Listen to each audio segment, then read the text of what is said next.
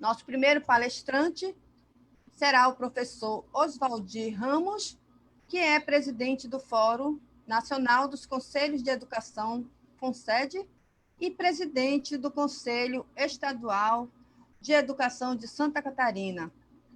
A palestra tem um tema: os impactos provocados pela pandemia na educação brasileira e as medidas mitigatórias propostas pelo Conselho Nacional de Educação. Então, agora eu convido o palestrante, o professor Oswaldir Ramos, para proferir a palestra no tempo de 20 minutos.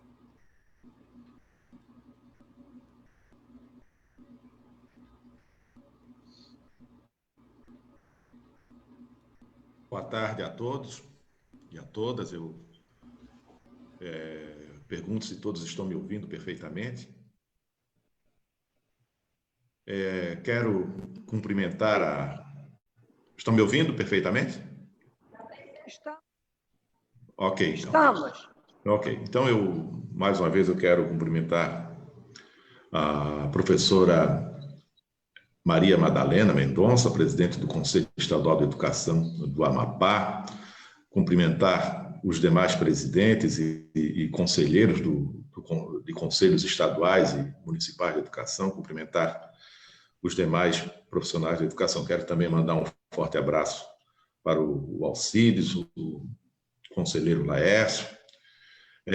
Quero também cumprimentar e mandar um abraço também muito forte para a nossa querida amiga, professora Darli Zunino, colega aqui de Santa Catarina. A professora Darli realiza um belo trabalho pela UNCM aqui em Santa Catarina e também no Brasil. Eu inicio essa minha participação, primeiramente, parabenizando mesmo a professora Madalena e o Conselho Estadual de Educação do Amapá pela realização desse seminário virtual. Entendo também ser muito importante, né, o envolvimento da UNCM nesse seminário. Nós aqui em Santa Catarina, no Conselho Estadual de Educação, nós temos um trabalho constante de parceria com a UNCM e com a Undime. Inclusive, temos uma comissão denominada de Comissão Especial de Apoio aos Sistemas Municipais de Educação. Essa comissão, ela desenvolve um trabalho de aproximação e parceria com a UNCM, que contribuiu na criação de um número significativo de conselhos municipais de educação em Santa Catarina. Hoje, Santa Catarina possui 295 municípios, né? Desse total, nós fizemos um levantamento recentemente no Conselho, né? Todos os municípios responderam informando que possuem o seu Conselho Municipal de Educação. Portanto, Santa Catarina, dos municípios catarinenses, 100% deles tem o seu Conselho Municipal de Educação. Se essa informação não estiver verdadeiramente correta, a Darli com certeza irá me corrigir mais à frente.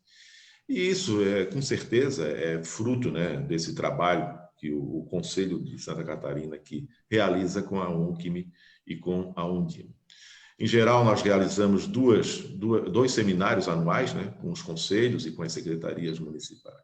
Por isso mesmo, eu entendo ser muito importante, né, essa parceria do Conselho Estadual de Educação do Amapá, que realiza com a UNC. Parabéns aí ao Conselho e à professora Madalena. Mas eu vou iniciar essa nossa conversa, né, lembrando uma informação que eu li recentemente da Organização Mundial de Saúde. Dizia a OMS, os cortes orçamentários profundos na educação e aumento da pobreza causados pela pandemia da Covid-19 podem forçar 9.700.000 crianças a abandonar a escola para sempre até o final do ano. Quando eu leio uma estimativa dessa, né, e o que isso representa para a educação e para a sociedade mundial, mais eu me convenço na forma responsável e proativa dos conselhos estaduais de educação. Os conselhos, eles foram muito ágeis e corajosos, né? Num momento de total perplexidade, né, para toda a sociedade, decidir pela continuidade das atividades escolares, eu tenho certeza que não foi tarefa fácil, né? Foi muito difícil para todos nós, né? E o mais importante, né? Os conselhos estaduais agiram antecipadamente, trazendo à luz orientações em relação à suspensão das aulas e à oferta do ensino remoto. Muito antes, inclusive, do Ministério da Educação e do próprio Conselho Nacional de Educação, os conselhos já estavam disciplinando a continuidade das atividades escolares. Eu lembro que as informações iniciais do Ministério da Educação, né, do Ministério da Saúde, desculpa, já apontavam para algo ao redor de 20 semanas de muitas dificuldades, né?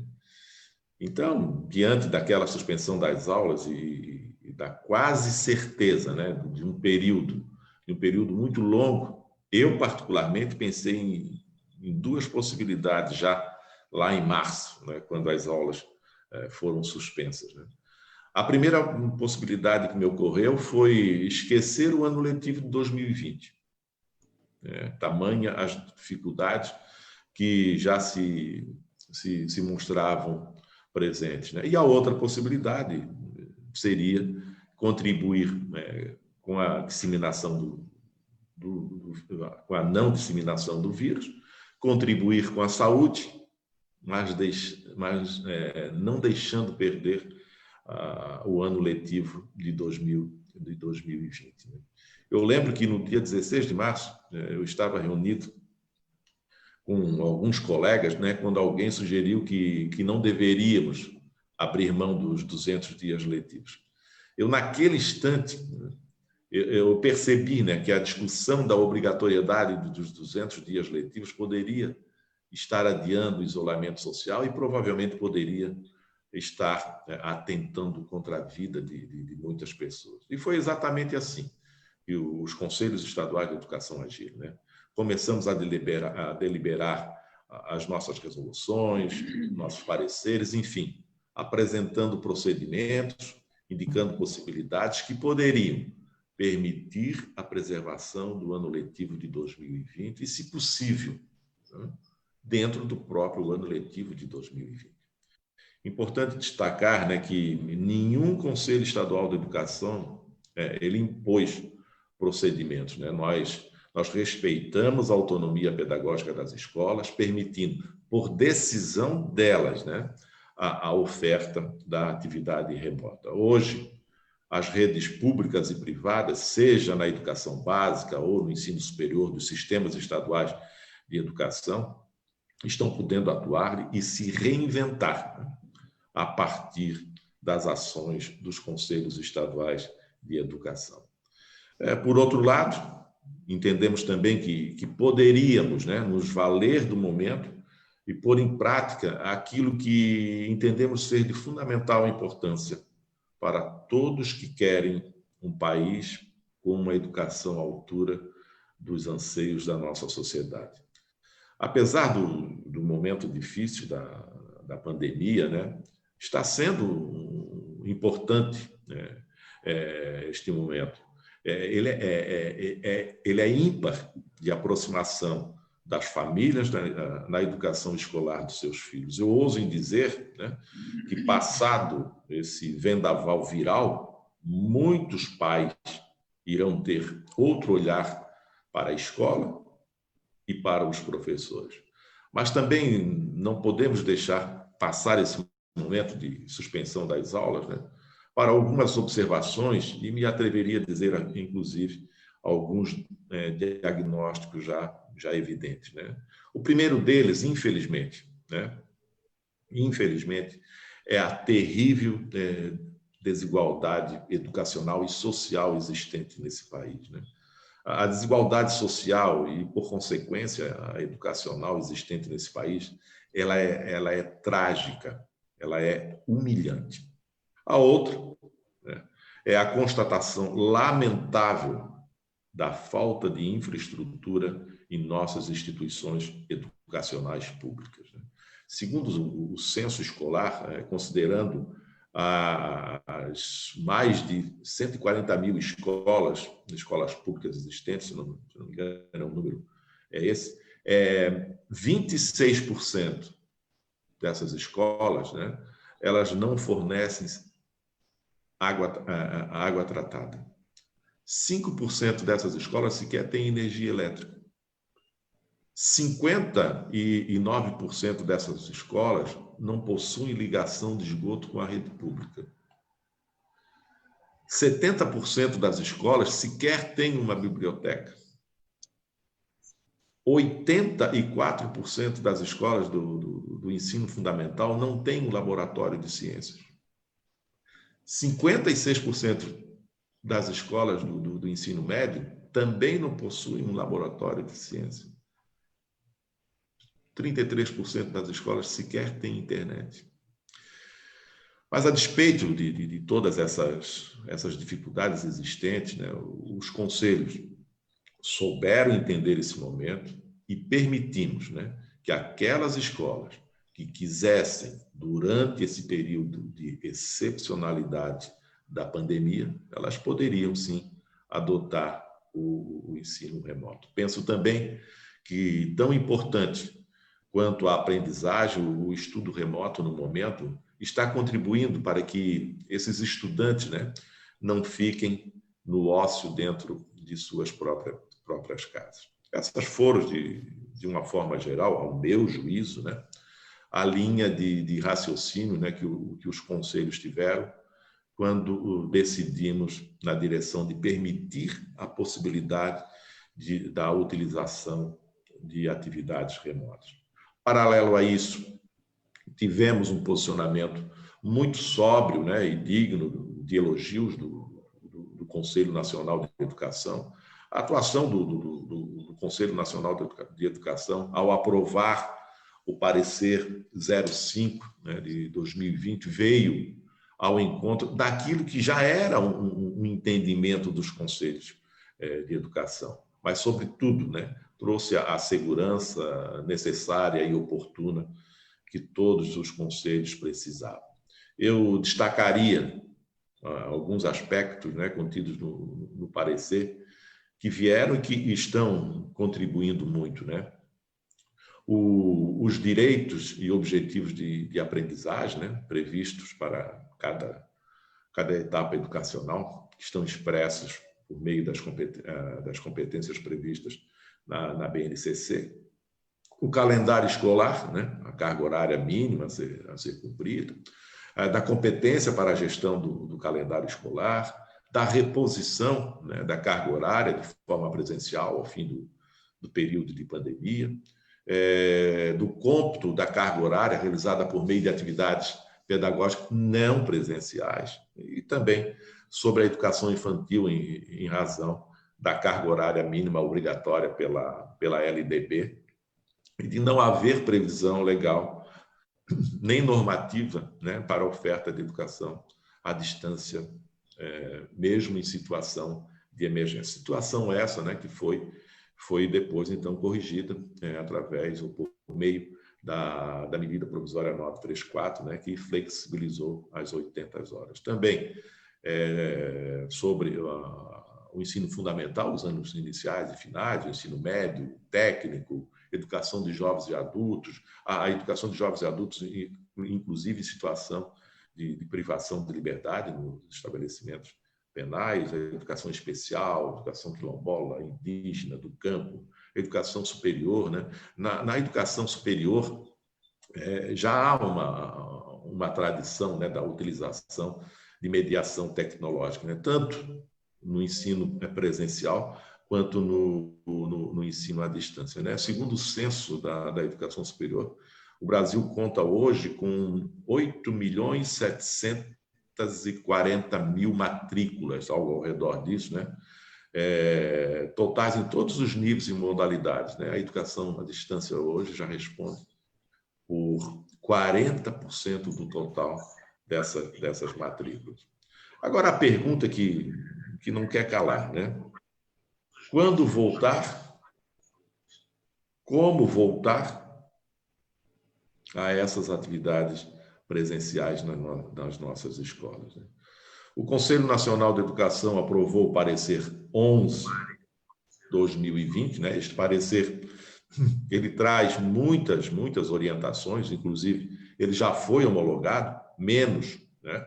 O item 8, que trata de orientações para o atendimento ao público da educação especial. Esse item ele vai ser reavaliado, né? Eu diria com toda certeza, né, que esse parecer foi muito bem construído, porque ele flexibiliza e alerta, né, para questões que vão além da aprendizagem. Eu destaco no parecer algumas alternativas de modelos de retorno às aulas presenciais, modelos, inclusive, identificados na experiência internacional, né? Essas sugestões, inclusive, foram incorporadas a pedido da Secretaria de Educação Básica do Ministério da Educação. São modelos, né, propostos tais como intermitente, né, presencial em alguns dias, alternado, né, grupos alternados com frequência presencial, excepcional, né, somente determinados grupos de alunos, né, retornam presencialmente, alunos sem possibilidade de acesso remoto, né? O integral, o retorno de todos. O virtual, que são casos naqueles casos que não é possível o retorno do aluno presencialmente, né, em função do risco de contaminação, contágio, doenças pré-existentes. E o híbrido, né, que é a utilização de mais de uma estratégia de retorno. Os conselhos de educação também estão propondo já condutas de orientação, assim como as secretarias de educação e as redes. Nós temos visto, né, inúmeros trabalhos, né, e trabalhos assim de excelência, né, que com certeza irão contribuir muito quando do retorno das aulas. Aqui em Santa Catarina, na última semana, inclusive, nós aprovamos, né, as diretrizes para o retorno das aulas presenciais que irão acontecer, se possível, né? Eu gosto sempre de enfatizar, se possível, né? No próximo dia 8/9. Né? Foi um trabalho que teve a participação de 15 entidades, o Conselho Estadual de Educação, Secretaria Estadual de Educação, o Ministério Público, a UNCME, a Undime, a Federação dos Municípios, o Sindicato dos Professores da Rede Pública, o SINEP, a Universidade, enfim, um número significativo de entidades. Ele é um documento que ele está dividido em 5 eixos, né? Medidas sanitárias, gestão de pessoas, transporte escolar, alimentação escolar e também as medidas pedagógicas. Ele é bem minucioso, né, para garantir o máximo de segurança aos estudantes e aos professores. Mas, quando nós falamos em retorno às aulas, eu sempre me faço uma pergunta, né? Será que as aulas presenciais devem retornar este ano mesmo? Será que as nossas escolas estão preparadas para receber essas crianças? Será que as várias opções que estamos aventando e propondo, vão trazer as contribuições e garantias necessárias? Tem uma pesquisa da Undime, né, que aplicou questionários em 3.978 redes municipais com o objetivo de subsidiar protocolos de volta às aulas nos municípios, né? com respondentes que representam 70% do total dos municípios das redes públicas do país. E eles apontam que 83% dos alunos das redes públicas vivem em famílias vulneráveis, com renda per capita de até um salário mínimo. 79% dos alunos das redes públicas têm acesso à internet, um número significativo, né? Mas somente 46% deles acessam apenas pelo telefone celular. E, no entanto, 2/3 dos alunos não têm sequer um computador.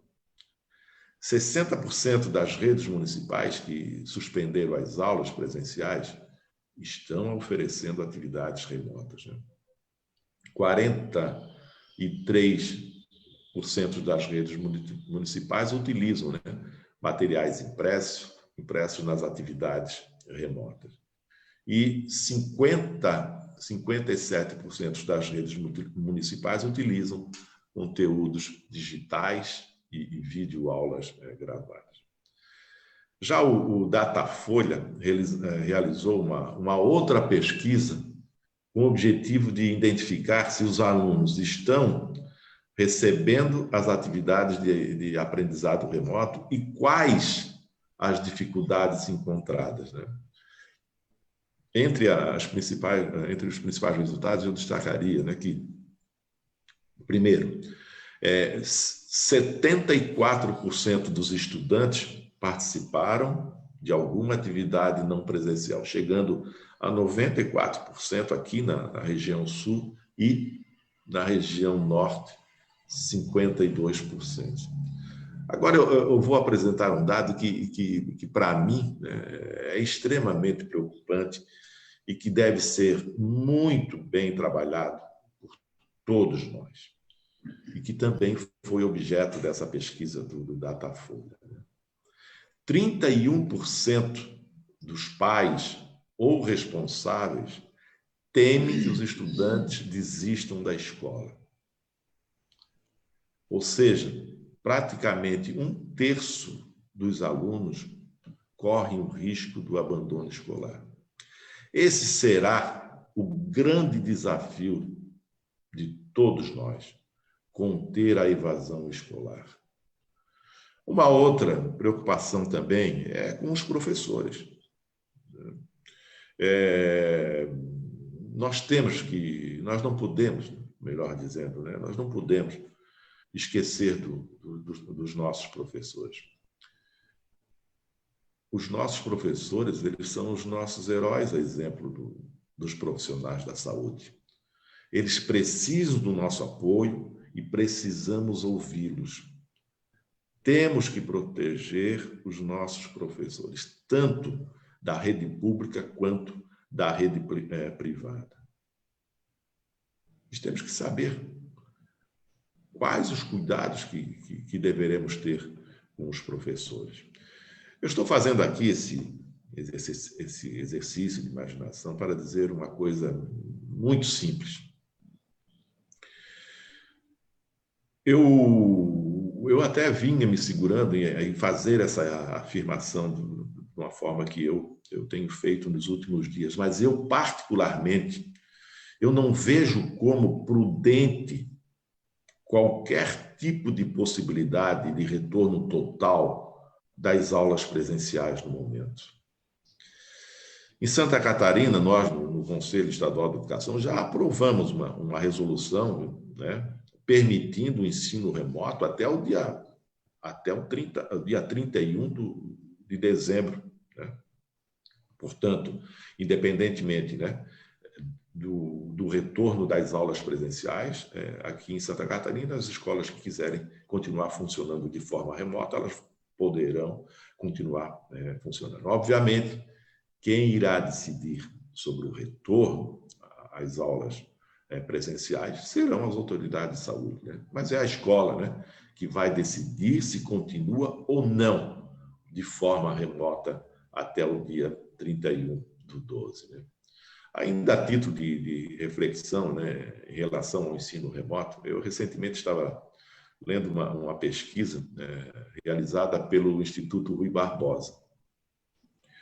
Eu até iria participar de um seminário que eles realizaram, né? Mas o meu neto nasceu naquele dia e eu, infelizmente, não pude participar. Mas o estudo foi realizado com uma amostra, né, muito significativa.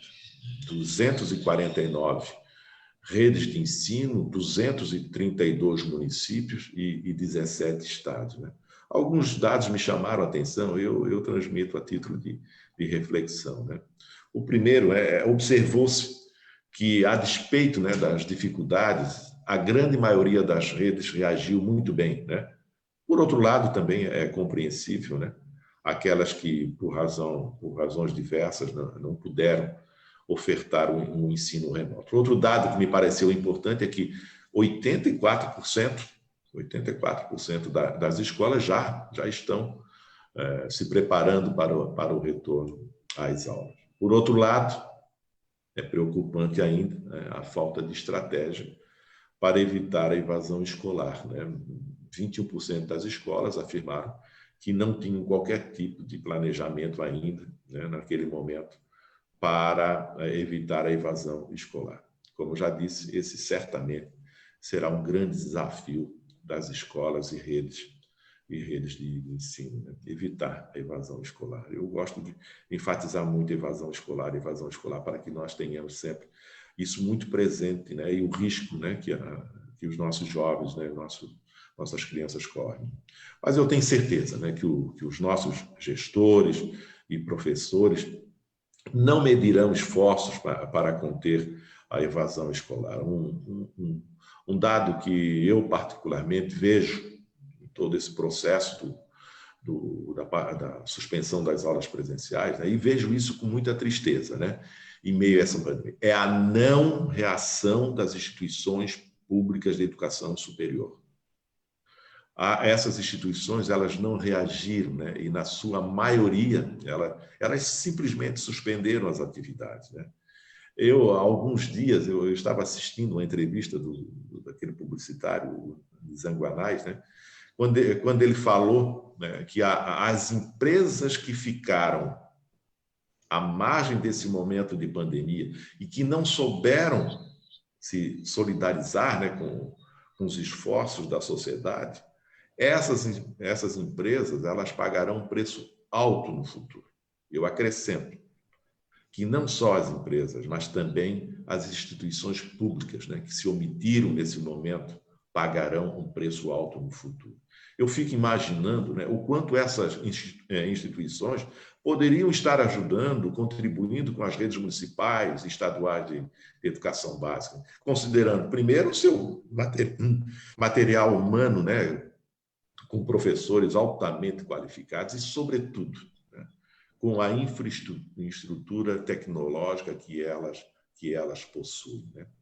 Por outro lado, a despeito da omissão de alguns, né, temos tido depoimentos e exemplos maravilhosos de como as escolas e professores têm se esforçado, né, para fazer chegar aos alunos o material necessário para os seus estudos, bem como para a sua própria alimentação.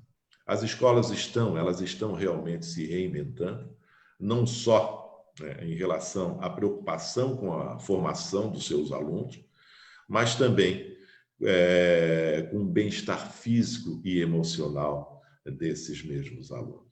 Agora, aqui eu vou deixar uma reflexão que eu, a meu juízo, né, não poderia deixar de pensar um só instante. Quando se fala em retomada das atividades escolares, né, eu tenho ouvido muita coisa, né, em relação às orientações, diagnósticos, avaliações, enfim, uma série de protocolos e cuidados na retomada das aulas presenciais. Eu, particularmente, entendo que o protocolo mais importante está relacionado aos cuidados sanitários, né? Temos que ser orientados sobre os limites de convivência e de higiene que todos devemos ter no âmbito escolar. Afora isso, temos que deixar as escolas agirem com total autonomia, temos que deixar as escolas viverem e aprenderem a exercitar a sua autonomia. Os conselhos estaduais de educação, municipais, o Conselho Nacional, as secretarias estaduais, municipais de educação, o Ministério da Educação, todos estão empenhados em ajudar nas definições das condutas que as escolas podem se ater no retorno às aulas, mas deixando bem claro que são orientações que as escolas podem se valer, mas considerando a autonomia pedagógica delas. Mas eu gostaria de enfatizar uma outra preocupação que eu tenho no momento. Né? As escolas precisam olhar com muito carinho e atenção para os estudantes do 5º e do 9º ano do ensino fundamental. Esses alunos, eles costumam, né, mudar de escola, de rede, né, saindo do município, indo para o estado, para as escolas também da rede privada, né? E também os alunos do 3º ano do ensino médio. Entendo que esses alunos, né, esses estudantes que estão concluindo, né, suas etapas de ensino, não podem ser prejudicados em relação aos seus objetivos futuros. Penso que esses alunos devem concluir seus estudos no ano de 2020. Eles não podem e não devem ser prejudicados mais do que já foram com a suspensão das aulas em decorrência da pandemia. Para aqueles alunos que eventualmente tiverem maior dificuldade, né, pode-se aplicar a progressão parcial e continuada, o aproveitamento de estudos concluídos com êxito, mas eu entendo que nós não podemos retê-los. O objetivo é minimizar as perdas, né, que não temos dúvidas que existirão, mas principalmente evitar ao máximo o desestímulo e a evasão escolar. Para finalizar, os conselhos já se manifestaram por meio das suas deliberações, né? O Conselho Nacional de Educação, por meio do parecer 5 e do parecer 11, os próprios conselhos ainda poderão ou deverão deliberar, se necessário for, né, orientações complementares, mas eu entendo que o parecer 5 e 11 do Conselho Nacional já são bem abrangentes e versam sobre praticamente todas as situações que as escolas têm e terão que se preocupar. O MEC flexibilizou, né, os 200 dias letivos, permitindo a utilização do ensino remoto até o dia 31/12 para as instituições de educação superior do Sistema Federal de Ensino, né? Os sistemas de ensino não vejo como não seguirem o mesmo caminho, seja na forma híbrida ou totalmente remota. Acredito que os conselhos deverão possibilitar essa alternativa para todas as escolas. Exemplo, aqui em Santa Catarina, como eu já frisei ali no início, né, o nosso conselho já possibilita, né, a utilização do ensino remoto até o dia 31 de dezembro. Concluindo, né, mais do que as preocupações sob o ponto de vista pedagógico, a prioridade é indiscutivelmente a preservação das vidas, né? Temos que ter bom senso em relação às orientações para as escolas, né? Pois não podemos trazer mais prejuízos aos estudantes, professores e familiares, né, do que a própria Covid-19 já trouxe. Os conselhos estaduais e distrital de educação estão agindo com muito bom senso, serenidade e, sobretudo, com muita responsabilidade. E será, indiscutivelmente, né, com base nesses princípios do bom senso, da serenidade e da responsabilidade, que os conselhos continuarão a encaminhar e desenvolver suas atividades. Mas antes de encerrar essa minha participação, professora Madalena, eu quero lembrar com muita alegria, né, que depois de 5 anos de idas e vindas, né, e de acalorados debates, finalmente, né, o nosso novo Fundeb ele foi aprovado. Após negociação de modificações do texto, né, da PEC, com o governo federal, a relatora, a professora Dorinha, né, do Tocantins, né, ela conseguiu subir a complementação da União para 23% até o ano de 2026. Eu destacaria alguns pontos positivos do novo Fundeb, que é um investimento, né, federal de 10 para 23, né, em 6 anos. No caso da falta de vagas em creche na rede pública, o recurso poderá ser investido em vagas nas instituições sem fins lucrativos. 5 pontos percentuais são destinados especificamente, né, para a educação infantil. Esse incremento para a educação infantil eu reputo como muito importante, né? Ele veda o pagamento de aposentados e pensionistas, né, com recursos do Fundeb, assegurou pelo menos 70% desses recursos para o pagamento do salário dos profissionais. Anteriormente, esse comprometimento ele ia no mínimo 60%, hoje ele aumentou, apesar que a maioria dos estados e municípios já usavam mais do que 60%, mas eu acho que isso foi realmente muito importante. Faço questão de lembrar esta aprovação do Fundeb na Câmara, porque ele, né, para nossa alegria, deve ser aprovado hoje no Senado Federal. O senador aqui de Santa Catarina, o Dário Berger, ele pediu a inclusão na pauta da sessão plenária do Senado hoje. Então, espera-se que ele seja aprovado, então, na íntegra, como saiu da Câmara hoje, o Fundeb no Senado. Antes de concluir, eu quero, mais uma vez, parabenizar o Conselho Estadual de Educação do Amapá pela iniciativa. Um grande abraço a todos, em especial à professora Maria Madalena. Concluindo, então, eu quero afirmar, né, que muitas coisas irão mudar, né, passado esse momento da pandemia.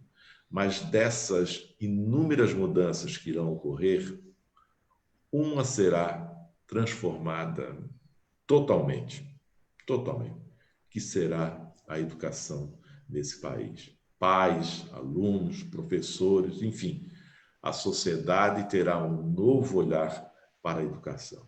Muito obrigado a todos, desejo uma excelente tarde de trabalho. Me despeço, professora Madalena, pois tenho que entrar em outra reunião em seguida, inclusive tem 2 reuniões agora à tarde, né?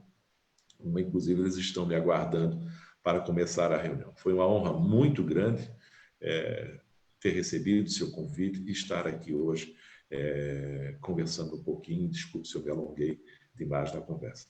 Boa tarde a todos e a todas. Boa tarde, professor. Muito obrigada. O Conselho Estadual de Educação, a UNCM Amapá, agradece pelas suas contribuições, pelas suas palavras, e realmente nossa preocupação continua com a aprovação do texto do Fundeb na sua íntegra. Essa é a torcida de todos os educadores e educadoras de todo o Brasil.